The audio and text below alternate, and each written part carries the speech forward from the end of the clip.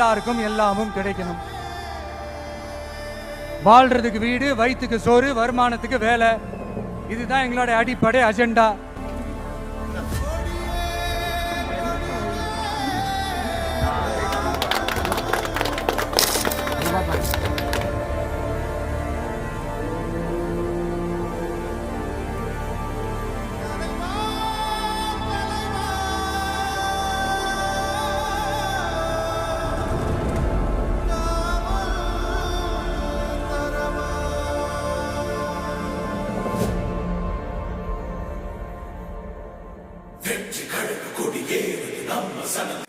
கோபி அவர்களுக்கும் எங்களுடைய மனமார்ந்த நன்றி. மேடம் அவர்களுக்கு நன்றி.